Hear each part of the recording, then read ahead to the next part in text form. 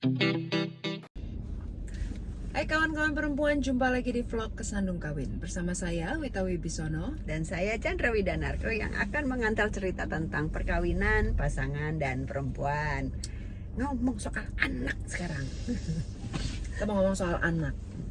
Anakku 2, anak Cenil 1. Anak lu sudah besar, menurut gue. Dulunya segini. Udah mau kuliah tahun depan ya? Iya.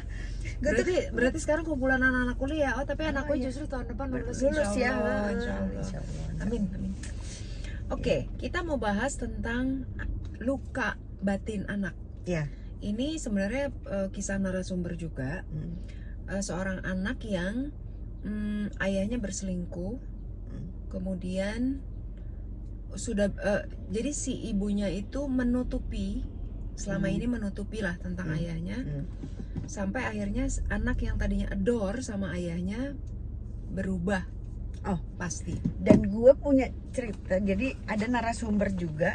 Yang ini adalah dia tuh anaknya 2. Dan keduanya memergoki ibunya yang selingkuh. Iya. Nemu di laptopnya WhatsApp. Gitu. Iya. Iya Narasumber kan? itu ya. Nah, Jadi ini ada dua kasus narasumber. Yang satu ayahnya berselingkuh, anak yang tadinya adore kemudian patah hati ya. Yang segitu cinta sama ayahnya. Si yang satu lagi ibunya Iya. yang selingkuh. Dan ini anaknya 2, laki perempuan. Dan yang laki memang si anak laki ini yang paling luka. Ya kan memang ya, kalau anak sih, perempuan ke bapaknya ke biasanya. bapaknya tuh udah kayak pacarnya, begitupun anak laki-laki itu adore sekali sama ibunya kan biasanya gitu. Jadi si anak laki ini, jadi lukanya nih, kalau luka yang narasumber yang satu ini, kalau yang ibunya yang selingkuh, itu si anak laki itu mau nyamperin si pacar ibunya itu sambil bawa pisau. Aduh, jadi dia udah ngamuk. Ini anak masih SMP. aduh. Jadi itu lagi itu emang SMP itu lagi, itu makanya dulu waktu anakku SMP gue nggak boleh kerja sama suami gue. Ya itu karena pembentukan karakter kan terjadinya sampai SMP. Dari SD akhir ya sampai SMP.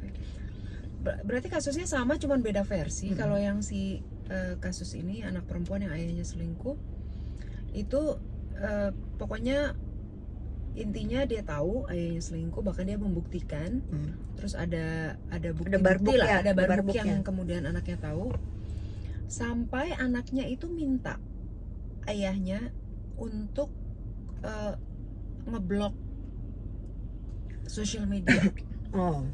Jadi sama anaknya itu dicari sosial medianya, bukan dicari, maksudnya memang dia udah tahu, di follow, tapi ya tentunya tidak di follow back sama si selingkuhan ayahnya maksudnya. Kemudian dia minta ayahnya untuk blok. Pokoknya aku gak mau tahu gimana caranya di blok gitu. Nah sementara si mamanya itu merasa bahwa jangan di blok.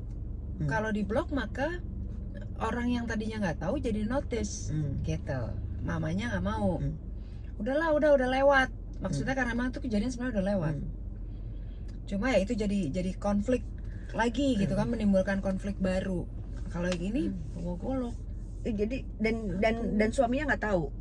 Jadi gimana sih anak itu berusaha juga melindungi ibunya dengan nggak ngomong, tapi itu laki kalau nggak bisa ketemu lah pokoknya udah beres aja kali. Nah tapi anyway, setiap anak itu ketika melihat seperti itu kan lukanya dalam banget.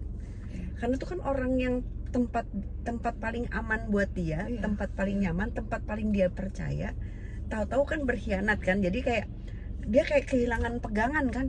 Ini gimana sih nih gue gimana, dan kita nggak bisa nebak arah kemarahan dia akan bentuknya seperti apa dan sampai kapan kita nggak pernah bisa tahu. Betul. Jadi lu kalau selingkuh jangan ketahuan anak. Maksud gue gini loh, please deh, itu luka banget beneran buat anak, itu luka banget. Kita kan ya meng-highlight di Kesandung Kawin tuh, yang kami highlight tuh meningkatkan kesadaran. Intinya adalah women supporting women. Kalau ada temen yang nggak sadar, dibangunin. Lagi pingsan, kasih amoniak. Jadi bangun. kencingin, Gitu. kencingin. Jadi bukannya kalau selingkuh jangan ketawa. Dodol. Ya namanya juga ya. Ya udahlah ya. Tapi gitulah, karena kami memang juga tidak bersepakat dengan perselingkuhan. Ya. Bukan selingkuhnya, tapi ketika lo ngambil hak orang lain. Ya, Gitu. pokoknya intinya itu banyak yang kami highlight dari kesandung kawin. Salah satunya adalah jangan mengambil hak orang lain. Kami ngomong nggak asal ngomong, ada experience yang pernah kami dapati gitu ya. Pernah dijalanin. Jadi dan itu pun atas kami beberapa kali bikin statement atas referensi teman-teman psikolog, antropolog, terus financial planner, tergantung kontennya gitu. Walaupun nggak semua ya, Yeah. walaupun nggak semua konten kita, tapi kami punya referensi itu gitu. Jadi sebagai sesama perempuan kami bertujuan untuk saling mengingatkan. Karena gini bahwa kita tuh nggak sendiri. Betul, Gitu. betul. Jadi pernikahan itu emang nggak mudah. Betul. Tapi bukannya nggak bisa dijalanin. Betul. Gitu. Bukannya nggak bisa dipertahankan juga gitu.